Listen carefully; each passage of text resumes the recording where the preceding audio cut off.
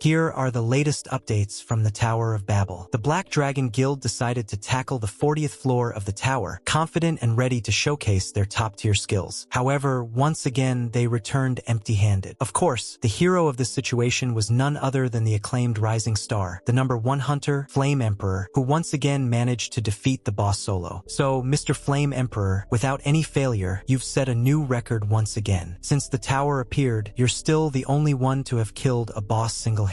Do you have anything to say? Hey kid, before you talk to me, why don't you change that ridiculous title? I'm talking about the Flame Emperor. Why don't you use my real name instead of that embarrassing nickname? So shameful. And that washed-up guy over there, he's our protagonist. The only thing on his mind was, I envy him. He can just say whatever he wants. And not only that, everyone on the internet simply adores this guy. Everyone wants to be like him. In most conversations about hunters, his name always pops up. I really want to be like the Flame Emperor. I need to be like him. After all, it must be amazing to have the whole world interested in what you say. I even heard he's incredibly wealthy. Oh, how I envy him so much. If this world were a manga, someone like him would definitely be the main character, and I'd be just a sidekick. Yes, our protagonist is quite down, folks. He's not doing well mentally. We need to help him out, guys. Like this post so he'll be happy. Just don't mention the Flame Emperor, or he'll jump into your comments. Don't do that. Back to the story, the journalist asked if there were many aspiring hunters inspired by him, giving their best because of him. After all, waking up after 20 years, entering the tower, and defeating a boss that the Black Dragon Guild had been trying to defeat for over 10 years in less than a month is legendary stuff. Everyone wanted to know his key to success, or perhaps a phrase to achieve it. As the sages say, power amplifies who a person is. With arrogance, he said he would share because a few words might help the weak. It was up to him to grasp everything he would say. Then he declared, those who are meant to succeed will succeed. However, don't get in my way if you succeed. Or who knows, I might end up killing you. Our arrogant colleague simply turned and walked away. People were ecstatic, shocked, wanting to know what he meant by that. But it seems that statement didn't sit well with our protagonist. After a while, pondering it, he started crying, saying, am I crazy? Is it really good to ignore people when you become so great? It seemed like the reporter was being ignored, but I felt like it was me. Oh, if only I had a decent skill like the Flame Emperor. Then I wouldn't have to live in this crappy studio or be underestimated as the worst F-class hunter with no skills. I want so much to become someone like the Flame Emperor. I'm so jealous. I also want to succeed with my own skills. Or rather, how amazing would it be if I had the Flame Emperor's skill? At that moment, we see a scene that fortunately only happens in manhwas. And what am I talking about, you ask? It's a scene our protagonist had seen thousands of times in videos. What he saw shining before him was a legendary skill card. But here's the part where I said it's good this doesn't happen in our world, because he gained this skill out of envy. Man, imagine if something like this happened in real life. Oh my god, it would be crazy. No one would have a decent skill. Everyone would want to be envious of everyone else. It would be madness. No one would be famous. They'd just have a face that was once famous. For our protagonist, this felt like a joke from fate, because the tower, agonized by his unpleasant envy, sent him a skill as a gift. The tower praised his achievements. With that, our protagonist was a bit confused and asked, wait, this is different from what I saw in the videos. Oh, why should I worry when I just received a skill card? This is the moment I've been waiting for since I got here. Besides, it's a golden card, meaning this skill is at least rank S. The system then began generating his skill card. Probably the tower system is very good, because the skill name was simply what the protagonist always wanted. I want to be like you. He was right about it being rank S, but the effect was very contradictory. After all, the tower wouldn't give such an overpowered skill without restrictions. First, it would only activate automatically after death. After dying to an enemy, he could copy a skill and make it his own. I ask you, my grasshoppers, what would he do with such a skill? He'd have to die to the enemy? What kind of skill is that? Okay, let's explain a bit about this world story. Or better yet, let's explain the story of the tower that gave the skill to our protagonist. The first thing you need to know is that it simply appeared in the world. Could be seen on the horizon from anywhere. Second, those who had nothing to lose were the first to step inside and see what was there. Of course, where there was a tower, there would be floors, and each floor was full of monsters from another world. That's where skills started appearing to a few visitors selected by the tower itself. Obviously, everyone who heard this news gathered at the tower and started hunting monsters. Now, back to reality, leaving that boring explanation, there was a journalist on TV talking about the 40th floor and the heroic deeds of our little friend, Flame Emperor. Upon hearing this, our protagonist started talking to the store manager, who was a nice guy, asking to take this news off the TV.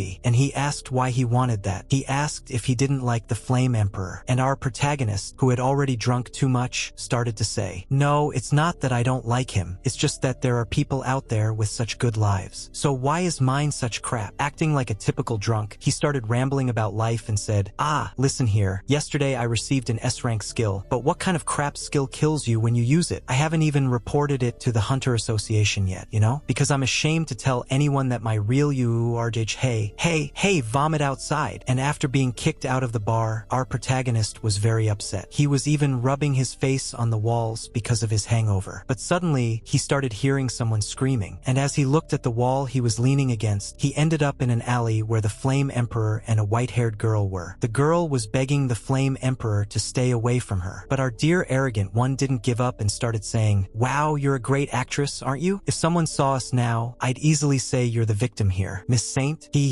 I poisoned your drink with basilisk stomach acid, the same poison you planned to use on me. Oh, really? If it weren't for my skill, things might have gone a bit wrong." And the girl started saying it was a misunderstanding, that she only wanted to do a tower raid with him as her teammate. But apparently, the Flame Emperor thought that wouldn't work out well. In the background, our protagonist, who was already drunk and hungover, saw this scene and felt as lost as an onion in a fruit salad, trying to understand what was going on. Things started to heat up when the Flame Emperor grabbed her by the neck, saying there was nothing left to discuss. From now on, he would be the one asking questions, and she just had to nod to answer them. Since he had a lie detection skill, it made no sense to lie to him. If she was nice and answered all the questions correctly, he would give her an antidote. The first question was the most obvious. He asked who had ordered her to kill him. She claimed it was the witch from the Black Dragon Guild. While thinking about how to respond, Prota started recalling the news he had seen that morning. Despite reaching first place, he was still the same. It was good to see someone truly courageous. At that moment, the saint felt it was her. And the news continued. This is the kind of hero humanity needs now. But the next scene was more villainous than heroic. And probably I wasn't the only one who thought that. In his thoughts, our protagonist began to question. A hero? This guy? He's more like a killer, a psychopath. I need to get out of here now. But our protagonist wasn't very good at hiding his presence. So the Flame Emperor started talking. "I thought I got rid of all the rats in the neighborhood, but it seems there's one left." Faced with all this, our protagonist started to think. That look is of a killer. Could it be that the saint wasn't his first murder? How many people has he killed so far? A dozen? 100? Or maybe even more? Strangely, our protagonist simply fell to the ground. Looking back, he noticed his shoe was there. But it wasn't just the shoe, but his foot. So the Flame Emperor started walking calmly toward our protagonist, as he trembled with fear. And of course, since he had no strength and was facing the number 1 hunter, the only thing he could do was beg for his life. But the Flame Emperor simply ignored his pleas and asked if he had seen everything. In tears, our protagonist said, I didn't hear anything, I swear." Leaning toward our protagonist, the Flame Emperor asked again, "What was it you didn't see? You think I'll believe that? Besides calling me the Flame Emperor, you were in the right place at the right time and didn't see anything? Wow, that's very convincing. If I were a bit stupid, I might have believed it. So, if you don't want to end up like the saint, answer me correctly." Prota started reflecting in his mind.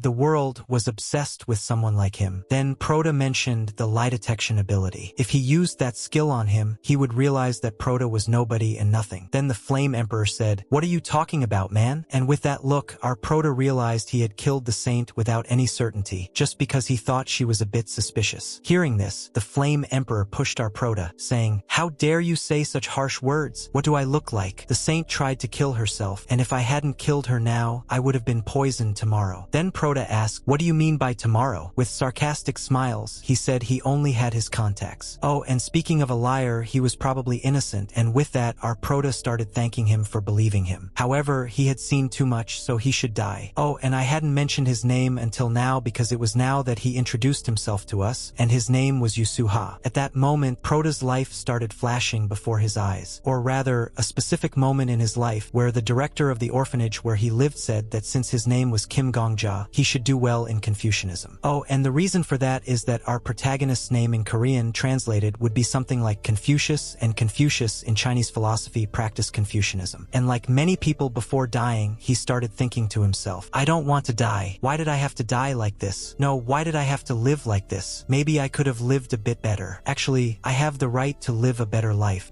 If I just had one more chance, just one more, I would grab it with all all my strength. Suddenly, our protagonist opened his eyes and realized he was in his bed, in his shabby room. He quickly got up, totally confused. The strangest thing about the whole situation was that he should be dead. What the hell is happening here? When did I get home? Looking at his phone, he saw the same comments about people wanting to be the Flame Emperor. The same news he had seen before was playing on his computer. So why on earth was everyone saying the same thing they said yesterday? Or rather, today would be yesterday. Wait, didn't I just die? Reaching out, he commanded, skill card, open. Of course, the first skill he had was the worst of the century, one that required him to die to use it, but he didn't know the effect of the other skill yet. He had just stolen it from the Flame Emperor when he died, and it perfectly matched his ability. I want to become you. Every time he died, it would automatically activate. At the moment of his death, he would return 24 hours from the moment he died, with his memories and experiences preserved. And the skill is rank X, which means it could be extraordinary or exclusive, but I think it's more extraordinary than exclusive because now there are two people with the same skill. Now, everything made sense. This is the secret to becoming a legendary hunter, and that's why he killed the saint, since she probably really did kill him the next day. However, he even killed Proda, who was innocent. While thinking about this, the interview was at the same part where he said a motivational phrase or word for those inspired by him, where he said that in the end, those destined for success would achieve it, but even if they succeeded, they shouldn't cause trouble because they would die. These words left a bitter taste in Proda's mouth. Now let's see who will die this time. Suddenly, from outside, someone shouted that there was a fire. Looking out the window, Proda saw a large flame spreading through the city. Going outside, he saw several people with extinguishers and buckets. Oh, and just to remind you, none of these were normal civilians, because the place where he lived was different from the outside world. Actually, that city was made up solely of people who entered the tower to become hunters. So this place was more specifically the first floor of the tower. Running with the crowd, Proda looked at his phone and realized it was almost the same time he had gotten drunk and witnessed that scene before dying. So these flames were probably to cover up the case. All that fire attracted the attention of important people. For example, rank 2 of the Black Dragon, the Guild Master, Black Witch. There was also rank 5, the Guild Master of Healers and Pharmacists, the Master Alchemist. And even rank 10, the leader of the city's surveillance corporation, or Paladin or Paladina, I'm not sure. Many of these people stayed calm in this kind of situation. After all, this was a city where you couldn't just let anyone in. Since they were literally inside a tower with various monsters, extreme situations were common. At that moment, the Master Alchemist began asking where the saint was, as she wasn't the type to be late to help in emergencies. The Paladin said she had something to do that night, maybe a date, and since she had been hanging out with the Flame Emperor a lot lately, she was probably with him. Hearing this, the Master Alchemist commented, I don't know why, but I don't like that guy. Something about him scares me. Then our dear flame colleague arrived. Oh crap, who played with fire without my permission? Seeing this guy, Proda was extremely upset. The Paladin thanked him for arriving so quickly. As he handled flames well, she asked if he could help. But since this guy is a despicable jerk, he simply asked, hey, what do I get out of this? Hearing this, our protagonist got even more furious. This crazy psychopath dares to ask for a reward when he started the fire himself? But who cares about his personality? He's already a legendary hunter. I'm just telling the truth, it's not like people don't know what kind of person he is. That news saying, it's good to see someone truly courageous?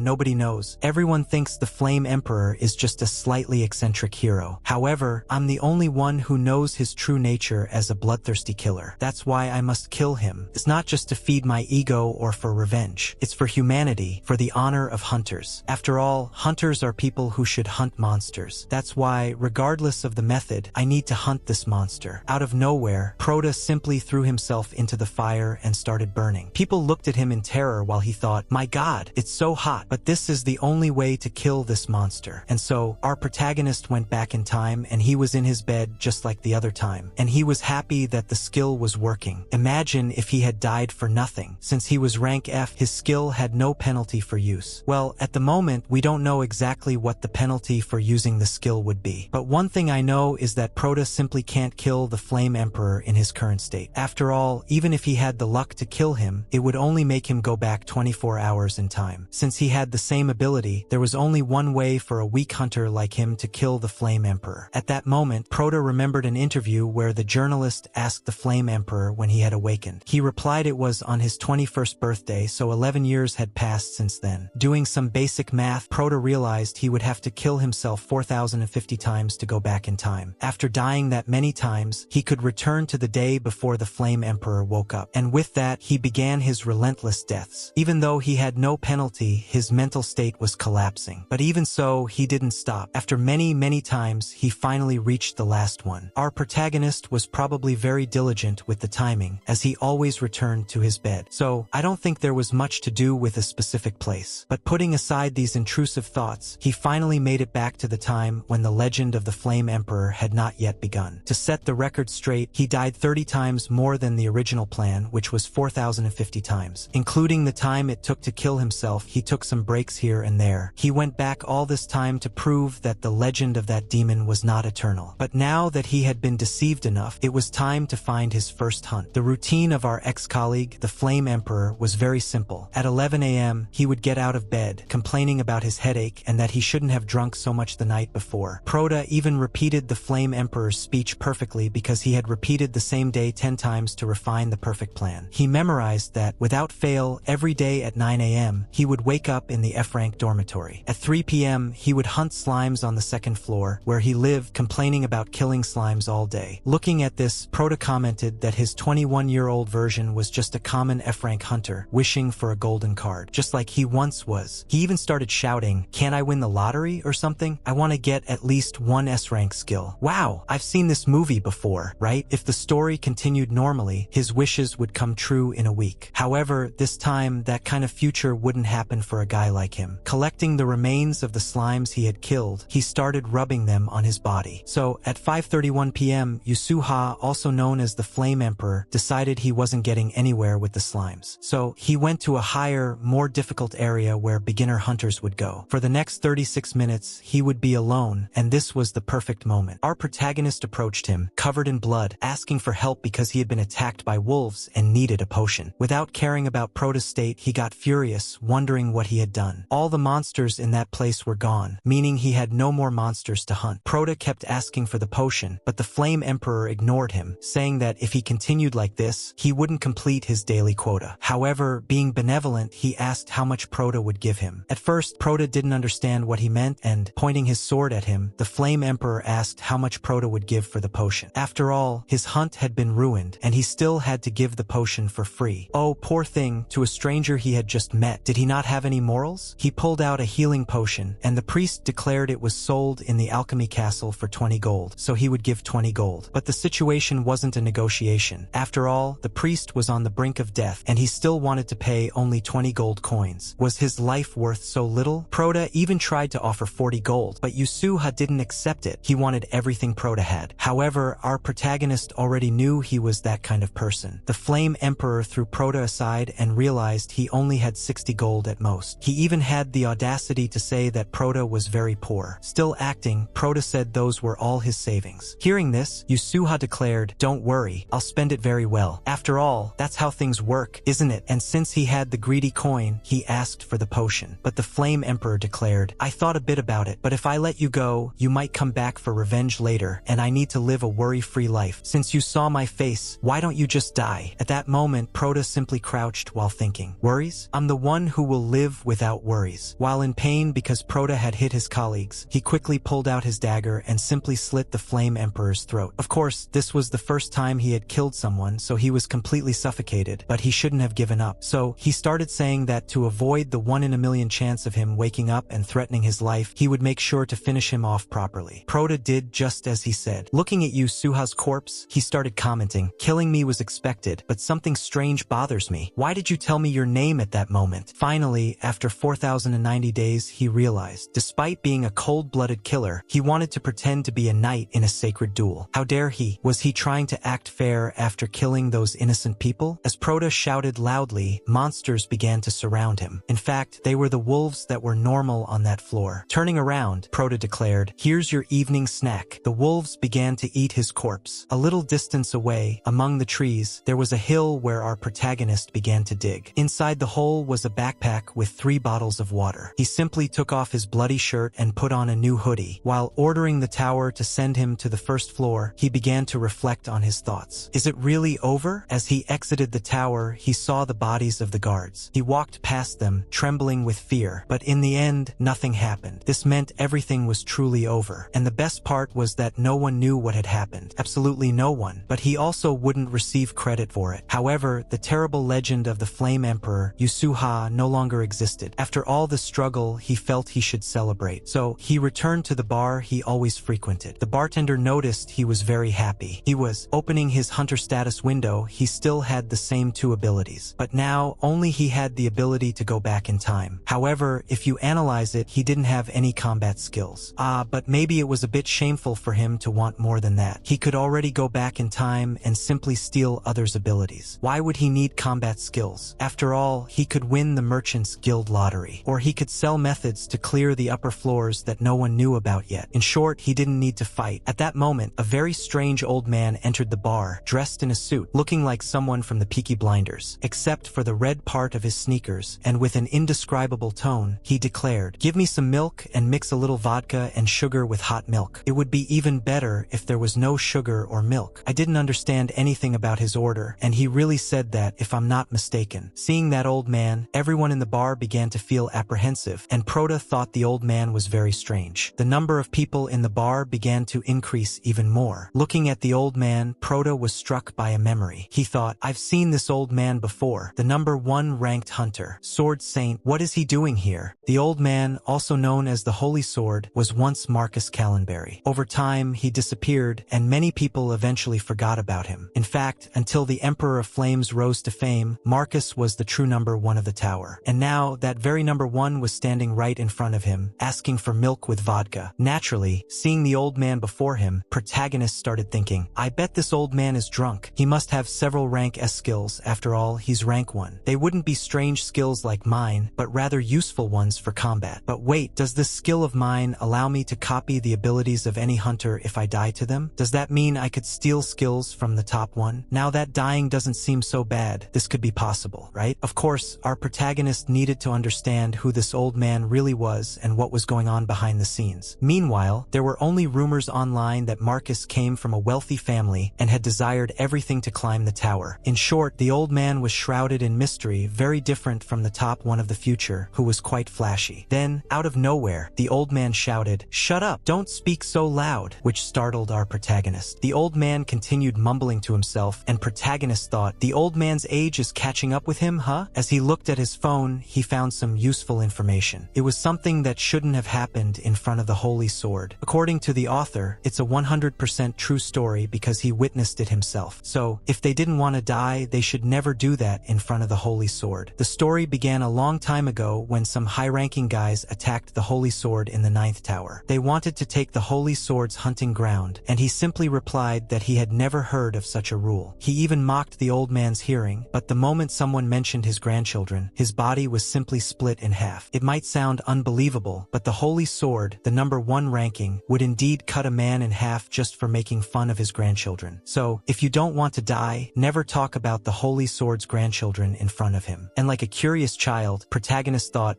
I must test this. While protagonist was contemplating this, the old man was there, struggling with himself. He tossed some coins on the table and said he was leaving. After that, the people, who had been completely silent in the bar, suddenly began to murmur, "Phew, he finally left. Does that old man have Alzheimer's? Why was he grumbling so much alone?" Seizing the opportunity, our protagonist also said he was going to leave. And now, the hunt for the worst ranking against the best ranking would begin. He probably didn't go very far, right? After all, protagonist left immediately after the old man did. And sure enough, it was just as he thought, especially with the old man dressed like someone from Peaky Blinders. Protagonist began to question in his mind, what kind of ability does he have? The Emperor of Flames had the return rank X ability. So, the Holy Sword, who succeeded even before the Emperor of Flames, must have an exceptional ability too. This ability will be mine. I just need a little luck. Suddenly, the old man stopped and commented that this place should be suitable. Turning around, he declared, "Get out of there, kid. No one will know what happened here." Protagonist, feeling a bit apprehensive, simply apologized for his bad manners and mentioned that he just wanted to ask a favor. However, the old man started laughing, catching protagonist off guard. Then, the old man said, "A favor? Didn't you follow me so carelessly on purpose for me to notice? Why are you asking an old man like me for favors in such a frightened way?" Protagonist thought the old man was going crazy because he misunderstood the reason why he had let his location be noticed. After all, protagonist didn't have a weapon or anything. The old man kept muttering something about something he must do while holding a sword as if he were attacking. But why was he doing that if all Protagonist did was follow him? The old man then commented that Protagonist was a great actor, as expected of a first-class killer. Hearing that, Protagonist became even more confused and began to reflect, a killer? An F rank like me? Congratulations, King Gongya, you're going to die without even insulting his grandchildren. But Protagonist declared that he didn't understand what the old man was talking about. The old man retorted, how disgusting. Even now, you can't fool my eyes. Protagonist started to think that the old man's mind had already gone astray, and that the theory about him having Alzheimer's was probably true. He questioned how he could even resemble a first-class killer. In reality, he was quite proud of being an ordinary person, but the old man told him to shut up. He had several skills, and among them was an ability that showed how many times someone had committed murder. Hearing this, Protagonist started thinking, it's true. As he explained, murder is murder. Protagonist knew that the person he killed would become a monster. But how could he explain this to the old man in this timeline? He bet that the Holy Sword could see the number 1 in his head. After that, Protagonist began to say that he understood what the Holy Sword was talking about. And as much as it seemed he was making excuses, he should listen to him. He had committed those acts for a much greater cause. He swore with all his strength. Hearing this, the only thing the old man could say was, you disgust me. A demon like you, who killed countless people, now wants to reverse the subject? I didn't live a particularly honest life either, but at least I didn't commit mass murders like you. You keep lying without any shame. After all, the number of people you've killed so far is 4,091. That's where the reason why the old man was so upset came in. Protagonist had indeed killed one person, Yasoha, but he had killed himself 4,090 times to get to the past. So currently, in the old man's eyes, he was just a murderer of 4,091 people. And of course, this was no longer about copying or not some of his abilities. As long as the Holy Sword had this ability, it didn't matter when Protagonist found him. The Holy Sword would always try to kill him. And he really did it. Watching this, the old man declared, you managed to dodge my blade? Ha ha, as expected from a first-class murderer. The Protagonist cursed the old man in his mind, but karma struck instantly as he tripped over a stone. So, kids, don't curse your elders. Of course, after that, he wouldn't be able to repeat his luck. The first time was pure chance, and now the old man probably wouldn't even give him another opportunity. Suddenly, the old man began telling him to shut up, seemingly speaking to someone about questioning the demon that was our protagonist. Seeing the old man speak so coherently, it didn't seem like schizophrenia, more like telepathy. Could be that, as Plata had heard rumors about this ability, that meant he was talking about him to someone, which was really bad because it would make him a wanted man by the Hunters Association. He would be hunted by the great guilds and main bounty hunters until he was publicly executed on the first floor of the tower. He couldn't let that happen and knew he had to act now, before 24 hours had passed. So, Prota said, so, old man, how are your grandchildren? I heard you were from a good family in the north, and you know how things are with those families, right? The outside world is dangerous, and if they find out you're the ex-husband of the old lady, what do you think would happen? At that moment, everything flipped, or rather, Prota's head was spinning. Instead of lamenting his death, all he could think was, ah, how beautiful. I couldn't even see his last attack. How can I reach that level? I want to be like him. Am I so jealous? I also want to have that attack. With that, the protagonist's ability activated. Finally, he had the chance to lay hands on the main skills of the two top rank ones. He wondered, what's the golden card? No, I must choose only one, just like I did with the Emperor of Flames. But when he looked at the cards, there were only silver and bronze ones. He questioned, wait a minute, why isn't there a golden card? Are you telling me that, unlike the Emperor of Flames, the legend of the Holy Sword, Marcus Callenberry, evolved without any rank S ability? No, that's impossible. There must be some overpowered ability among these silver cards. In front of him were 3 bronze cards and 4 silver cards. Ignoring the bad cards, his chances were 1 in 4. Maybe that murder counting ability was among them too. But Prota didn't want that. He wanted something truly overpowered. At the very least, it had to be a combat ability. So, he went back 24 hours in time and quickly opened his hunter status. He was already wondering if he had acquired the main ability of the spy. Indeed, he had obtained a good technical ability, at least an A rank, but it didn't seem to be the murder counter. Once again, it was a passive ability that probably wouldn't be useful since he couldn't fight with it. Looking at the name of the ability, he couldn't determine what it did just by reading it. While he was pondering, a voice out of nowhere said, ah, what's this noise? Son, I already told you, if you want to train in the middle of the night, go outside. Let's respect each other's space more. Oh, and remember, you can't stay too far from me, right? Otherwise, you'll end up waking phone me up. Seeing all this, Proto commented,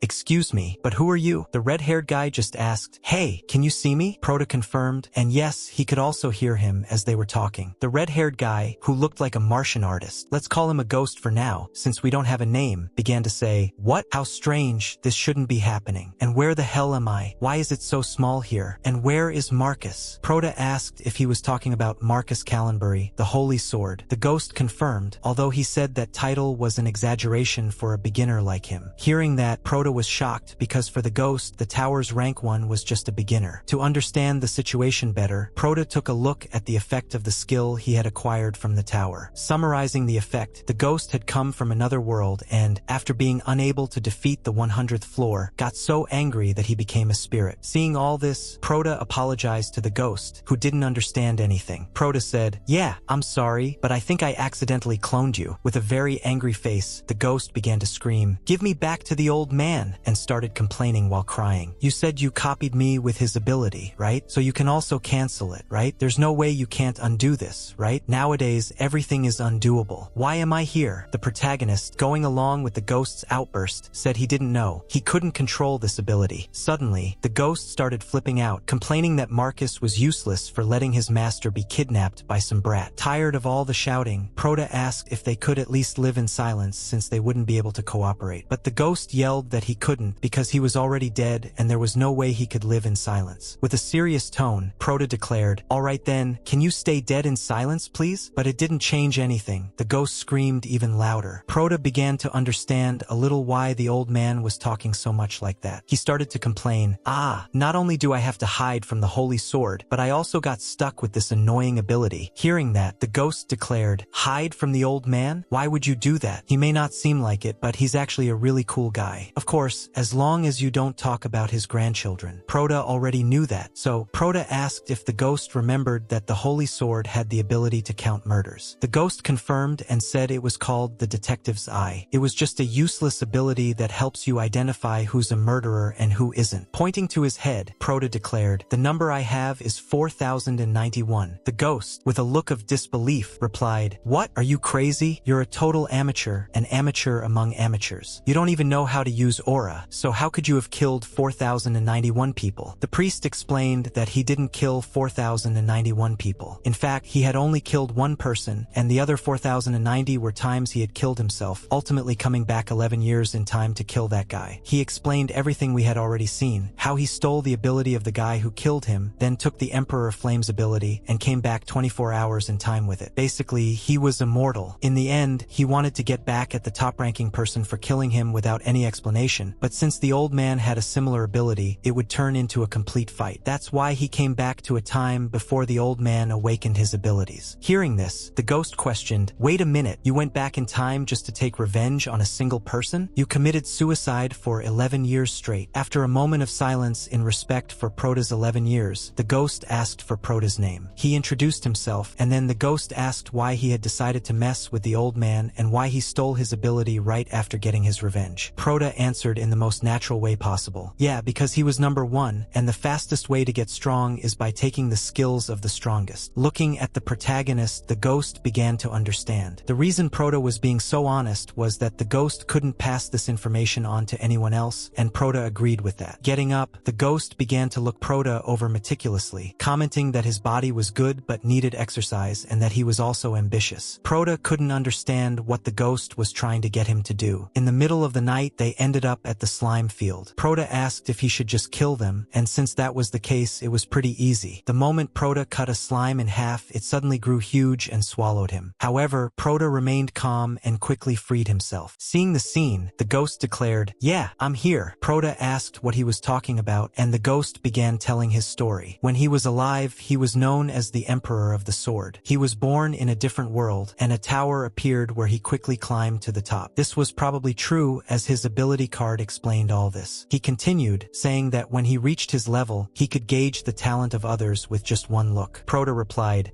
so you wasted your time because I don't have any fighting talent. To which the ghost responded, it seems you do. You have talent, a very big one, to tell the truth. Proto asked if he was joking, but the ghost continued, of course, you don't have talent for martial arts. Your movements are clumsy, your body isn't trained, and you're nowhere near feeling aura. But you have a talent that no one else has. You're not afraid of death. After all, most people instinctively protect themselves when fighting, but with you, it's the opposite. This is probably because you've died more than 4,000 times. Hearing this, Proda asked if that could really be considered a talent, and the ghost confirmed, yes, because talent isn't something you're born with. Anyone can gain talent during their life, and one of the hardest talents to acquire is overcoming the fear of death. That's why you're amazing. Seeing all this, Proda began to think, no one ever told me anything like that. My God, I couldn't stand it. I never even said it to myself. I just couldn't stand being treated like an insect by the Emperor of Flames. I couldn't stand it to the point where I killed myself 4,090 times. And in the end, death became my talent. Then the ghost asked, tell me something. When you died to the old man, what were you thinking at that moment? After Proda answered, the ghost started laughing like crazy, saying it was very interesting. As Proda had mentioned before, now there was a clone of him because he copied the old man's ability. For that reason, the ghost wanted to see which of the two would become the best hunter. He decided he would help Proda to the point where even he could take on the old man. No, even better, until he surpassed him. That way, they could fight and destroy that damn tower together. A few hours later, the protagonist's alarm clock was ringing, and like me when I'm awake, he asked for another 5 minutes. But the ghost kept shouting, saying the old man must be finishing the 10th floor right now while Proda was asking for more sleep. If he didn't wake up, the ghost threatened to sing a song he learned while alive, a song that could decapitate 30 people with just the first verse. Fed up, Proda asked the ghost if he knew what time it was. Without waiting for an answer, he showed that it was 4 in the morning. Seeing that, the ghost responded,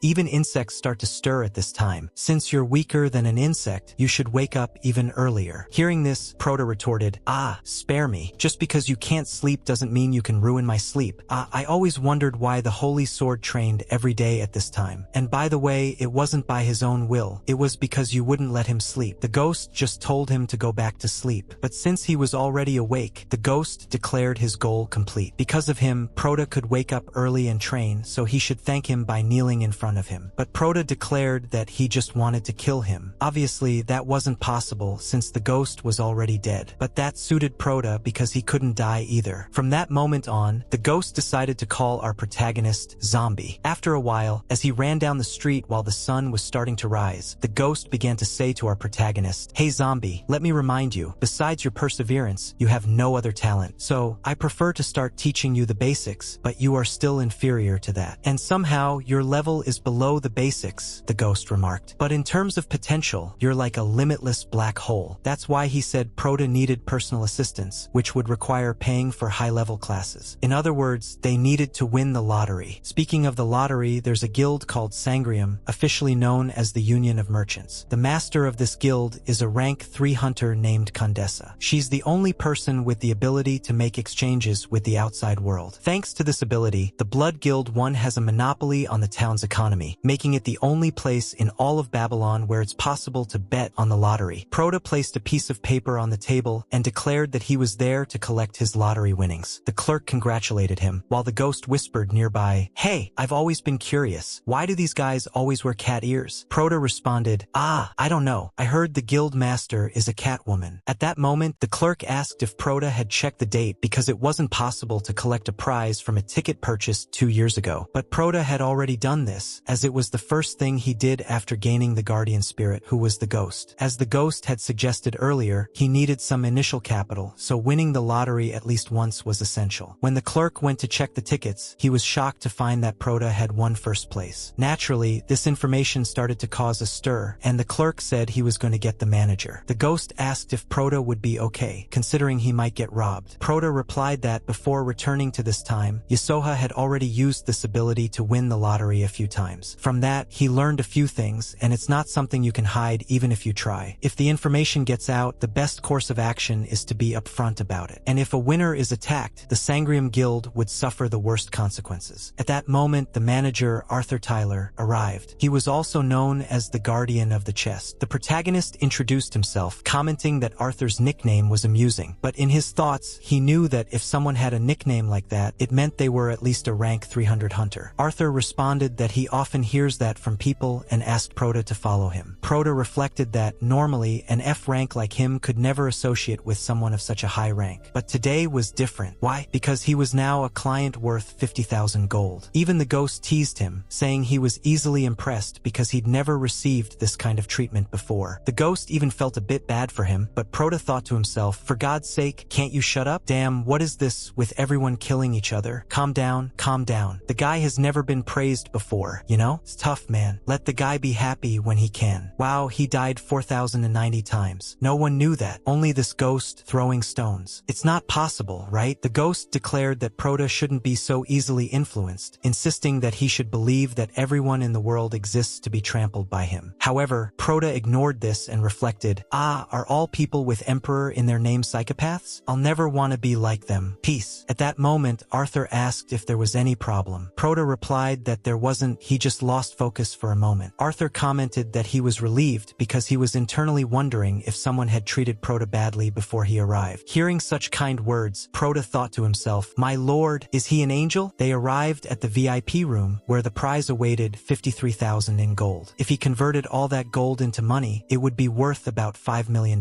With that much money, he could live comfortably for the rest of his life. If his goal had been to be successful, then he had already achieved it. However, he decided to stay on task. Becoming rich was just a small step. After all, there was a shine in gold much prettier than this one. Prota then declared to Arthur that he would leave the money in his safe. Arthur replied that it was a wise choice, as that's what he recommended to all winners. As they approached the money, Prota continued, saying he wanted to buy an honorary membership title from the Silmarillion Guild. Since the cost was about 10,000 in gold to become a second-class honorary member, he would pay in advance. Arthur asked if Prota wasn't already in a guild, and Prota confirmed that he wasn't. The ghost commented, yeah, you're smarter than I thought. A guild isn't just a group of friends or hunters. The main reason people join guilds is for protection. Sure, there are the Hunters Guards and the Association, but the city is too wild to rely on those two organizations. This was evident from the way the Emperor of Flames and the Holy Sword killed him. The Emperor of Flames never joined a guild and was always proud of his freedom. He won the lottery twice, but probably didn't pay any protection fees to anyone. Of course, someone of his level refusing to join a guild really annoyed others, which is why he was almost poisoned. Prota knew he didn't want to make his situation worse with the other great guilds, so he wouldn't be foolish like the Emperor of Flames. Oh, and of course he wanted a few more things like a cheap room for one person and a cool place to stay. And obviously, if the newspaper asked who won the prize, he could say it was an anonymous honorary member of the Silver Guild. After hearing all that Prota had said, Arthur remained silent for a moment and then remarked that Prota had come well prepared. Prota replied that the world was a very dangerous place, so it's always best to be prepared. Arthur agreed, and then the ghost approached the protagonist, joking that he was becoming very lonely and might need to change his diapers. Prota just told him to shut up, but the ghost continued, noticing that Prota seemed very happy. Prota responded, of course, this is just the beginning. For 1,000 deaths, for 1,000 days returned in time, and a power that couldn't be fully enjoyed because of my focus on revenge. Now it's time to take advantage of it, he added. The ghost then began to explain that, as he had said before, the tutorials are the most important part of his lessons. And now that Prota had enough money to pay for them, it was time to start. So what did Prota think the next step should be? Prota replied, find a competent teacher? The ghost scoffed and said, what do you mean? There's already one right here in front of you. It's the books and parchments to teach you martial arts or potions to improve your physical abilities. But at your current level, you won't be able to learn anything just by reading parchments. So the only thing you can get are potions, and they have to be of high quality. Prota asked how good the potions needed to be, and the ghost explained that when he was with the old man, they went to a place called the Alchemy Castle, where several healers worked. The potions should be made by at least someone from there. Prota then asked, aren't those things too expensive? The ghost didn't answer directly, but recounted how he was extremely shocked when he learned about the ghost's life. Prota, making a quick calculation in his head, realized that if he used all his fortune, he could only buy 4 jars. But the ghost just told him to shut up, saying that if he was good at negotiating, he might even buy 5. After running for a while, Prota was extremely tired and asked the ghost to wait. Surprisingly, the ghost really did wait, but out of nowhere, Prota ended up bumping into him, which didn't make much sense since he was a ghost. When Prota asked why he had stopped, he noticed the reason: a red shoe, one they both recognized. He remembered that Velos had also visited the same store as them. After all, the two of them were together. In fact, it was his clone who was there more or less at the same time. Seeing all this, Prota began to question in his mind, but why didn't you tell me this before? You should have told me right from the beginning. Didn't I tell you that if the old man sees me, I'm dead instantly? In the end, the old man just turned around without noticing anything. The ghost then declared that this was terrible because if the old man man was there, it meant he was probably buying all the potions. Boy, the old man must be filthy rich, the ghost commented. With all the fortune Proto won in the lottery, he could only buy 4 potions? And the old man is going to buy everything? That means he's loaded. There's no other explanation. Indeed, the old man had gone to buy the potions, and the ghost began to complain because the old man had gone right now, and that store was the best in the area. Calmly, Proto started thinking, it would be too risky to use the same store as the Holy Sword, but looking at the hunter rankings, he's not in the top 20, nor in the top 100 or even 300. They're not here. No, it's actually the opposite. Proto then said, hey ghost, I don't think I need to spend as much money as you said. I know a place where we can get these potions really cheap. After all, I know a great alchemist. Sometime later, they found themselves in a very strange place, which was actually a slum. The people there were already giving them suspicious looks. The ghost started to question whether there really was a decent alchemist in such an area. Proto replied, she's not just decent, she's a genius, the kind that only appears once in a generation. The ghost told him to stop talking nonsense, asking why a genius would live in a place like that. But Proto just told him to be quiet and follow him. The people in the slum weren't too fond of Proto because they were trying to figure out if it was worth robbing him. But they ended up deciding against it when they saw Proto talking to himself, automatically assuming he was crazy. As they walked a bit further, they started hearing a lot of shouting. They noticed a green-haired woman pleading with some men not to take her equipment because, without it, she wouldn't be able to survive. Apparently, the man didn't care how much money she had. It wasn't enough to pay him, so they were going to take everything. She begged for 5 more days, but the man said he was tired of her excuses. Last time, this week became a month, and a month became a week, he said. She even tried to hold onto the cart to prevent them from taking her things, but it was no use. The man even sarcastically suggested that she should find another line of work. Everyone in the slum started calling her useless because her prices were too high and the slum was a miserable place. But the woman retorted that her prices weren't high at all. She barely made a profit from them, insisting that it was almost impossible to find potions of the same quality and price anywhere else in Babylon. In the end, she said they should be grateful she was selling potions to them. But of course, everyone just thought she was a crazy woman shouting. With that, they all left. The ghost, seeing the situation, asked Proto,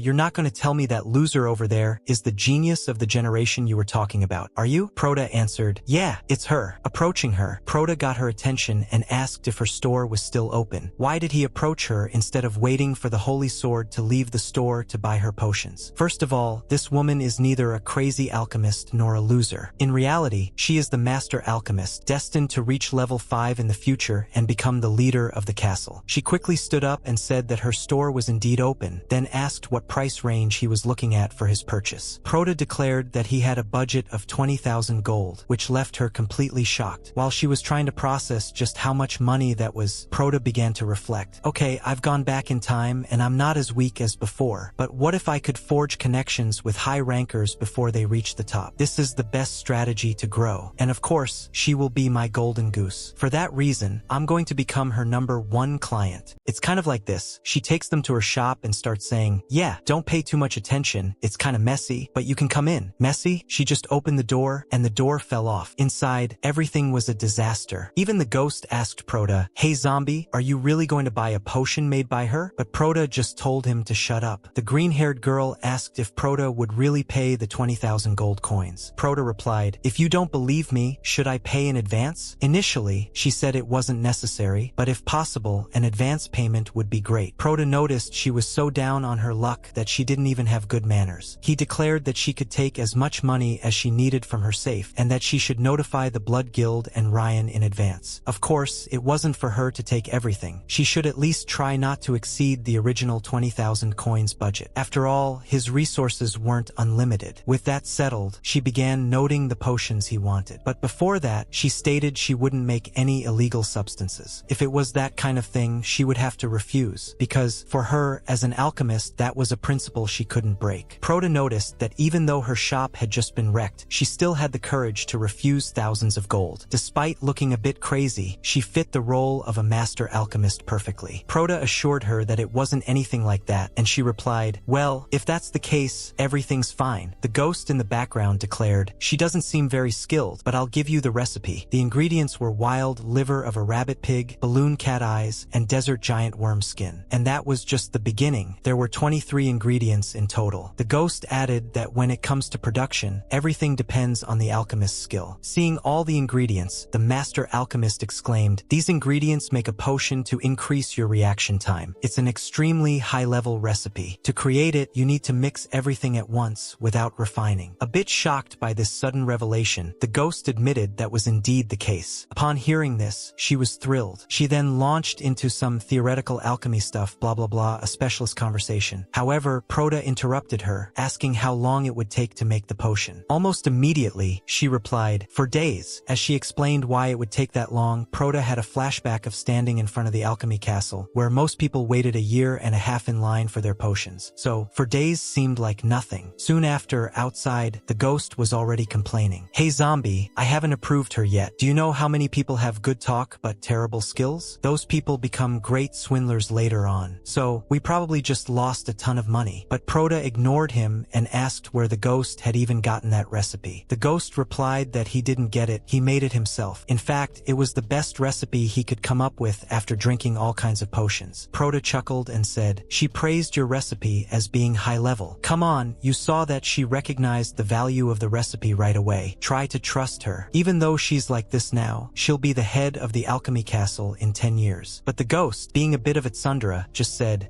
"Mark my words, zombie. I bet she'll take your money and run." Yet 4 days later, there she was, with all the boxes of potions, leaving the ghost speechless. She handed Proda 3 boxes, each with 30 potions. Proda remarked that this should have been around 30 days of work, but she managed it in 4. Internally, he thought it was 15 times more efficient than the shop recommended by the Spirit Emperor. This is how he should spend money. The ghost, noticing Proda's expression, figured he was probably cursing him silently. But just then, the master alchemist called for Proda's attention and asked, "It might be strange to ask now, but why did you make such a valuable request to an unknown alchemist like me? I'm confident in my skills, but just from looking at this recipe, I'd say there are only 2 people in all of Babylon capable of making it. But people think I'm crazy. That's why no one believes me." Proda thought, what's the reason? Is it because the alchemist in front of me is a generational genius? Or is that the only reason? In the end, she was the one who rushed to the city faster than anyone when the fire started. She also wasn't fooled by the Flame Emperor. Besides that, she was skilled, kind, and had great judgment. So wouldn't it be a huge loss if I didn't get close to someone like her? But all these thoughts stayed in Proda's mind, and he finally said, "You seem kind. I helped you because you seem kind. Honestly, I think you would have succeeded without my help. And I think good hunters like us should be successful so that we can help each other more in the future. It's frustrating seeing only crazy psychopaths succeed. I just want the best for both of us." And what Proda said there was absolutely true. He couldn't have been more sincere, so it all depended on her response. She agreed, saying it was true they needed to succeed. As she was leaving, she declared that if Proda had any more requests, he should let her know anytime. She would prioritize his orders. Well, I think that's how he finally got what he wanted so badly, right? Now he has the best alchemist by his side. And of course, since the ghost was wrong about the master alchemist, Proda made fun of the Sword Emperor a lot. Now, it's the ghost's turn to say, "Ah, what good hunters like us?" Once again, Proda just told him to shut up. The next day, in the hunting grounds on the 3rd floor of the tower, Proda was in a place full of goblins and orcs, which was quite a tough area for someone like him. The ghost simply told him to drink the potion. So, Proda took a sip and commented that the taste was pretty normal, with just a hint of lemon and maybe a little honey. However, he knew it was a potion, and soon enough, he began to feel something strange in his chest. Everything around him seemed to unfold, and his body started sweating profusely. The ghost, seeing all this, exclaimed, "Oh great, so her skills are really good. So, tell me, how does it feel? Can you count every strand of hair on your head? Even the sweat dripping from your face seems alive, right? Don't worry, those are the effects of the potion. It increases your perception of reality. Can you feel it? That thing squeezing your heart. The pain you're feeling is called aura. It exists inside every hunter in the tower, but most can't even notice it." He continued, "How well you control this aura will determine everything. It makes sense that you're feeling like you're going crazy because most people only feel it during meditation, which takes a lot of time. But since you lack talent, you at least need to work hard." In response to this situation, Proda said he was going insane. The ghost just retorted, "I don't get what you're complaining about. You're a loser who can't even use aura. If you're not enjoying this pain, maybe you should just kill yourself. Oh right, if you die, your kill count will increase, and the old man won't be too happy to see you." As Proda rushed ahead, he noticed everything around him seemed to slow down, likely an effect of the potion. Even though he could see the attacks, his body wasn't responding properly. The ghost pointed out that orcs are low-level monsters with simple attack patterns, so they should be easy to deal with once Prota figured them out. The only thing he needed to do was gather aura in his legs, but that was easier said than done. Internally, Prota thought, I can dodge if I just take one more step. Come on, legs, move. In that instant, a spark ran through his body, hitting his leg, making him run faster and dodge the attacks. The ghost commented, it's harder than you thought, right? That's because your body doesn't have the channels needed for the aura to flow properly. Imagine your body as a narrow mountain path. You need to turn it into an avenue to let the aura flow smoothly. And of course, you can only feel aura now thanks to that potion, since normally you wouldn't feel it at all. Hearing that, the ghost complained, that girl might have terrible hygiene standards, but her skills are undeniably good. Meanwhile, Prota was struggling to dodge the attacks, making the task even harder. Almost passing out, Prota asked what would happen if he turned that narrow path into an avenue. After all, he was frustrated. The ghost was right. His current state was like an overgrown, abandoned path. But what if he could overcome that? Hearing this, the ghost teased, hey zombie, you had your head cut off by old man Marco without even being able to react, right? That's a skill you see in many out there. The old man still has a long way to go. And as for you, I don't even need to comment, do I? Those words were enough to leave Prota frustrated with his progress. It wasn't the time to stand still. Just because he managed to land his first attack didn't mean it was over. Orcs have tough skin, so Prota needed to focus his aura on the tip of his blade. But for someone like him, that was extremely difficult. Still, with great effort, he managed it. Fueled by anger, he even landed a second strike. After defeating the orc, the ghost asked if it hurt. Probably did, since Prota hadn't developed proper channels for aura, yet kept using it that way. The ghost pointed out that Prota would probably die, given how weak his body was, after pushing himself so hard to take down just one orc. But the ghost didn't despise Prota for it. In fact, the final move was interesting. Still, it wasn't something Prota could be proud of, as he was in terrible shape. The ghost asked if Prota thought he was going to die, and even if he did, it wouldn't matter. After all, if it weren't for Prota's ability to come back, the ghost wouldn't have suggested such a reckless training method. Even old man Velhote would meditate before taking that potion. He wouldn't use his body so carelessly. But the ghost found it fascinating that every time Prota died, he came back. Isn't that amazing? No matter how hard Prota's training was, his body would always return to normal. That was something to be jealous of, and since his kill count increased every time he died, they needed to find a different method to prevent that from happening. Now that Prota understood how to use aura, he just needed to keep working on it without dying. As the saying goes, grain by grain, the chicken fills its belly, and so that was his first death. Switching scenes, Prota found himself in that post-death place. This time, he wasn't alone. The ghost was there, impressed. Prota was surprised and learned that the ghost called this place Purgatory, since he didn't know its actual name. As the ghost explained, the system notified Prota that the conditions for his ability activation had been met. It copied a random ability from the orc. At first, neither of them understood. But after a moment, Prota screamed, "What? Monsters have abilities too?" The ghost replied, "Okay, Prota, your ability is totally overpowered. My god, who is managing this tower? Why the hell did they give such a broken ability to a loser like you, who isn't even a great hunter like me?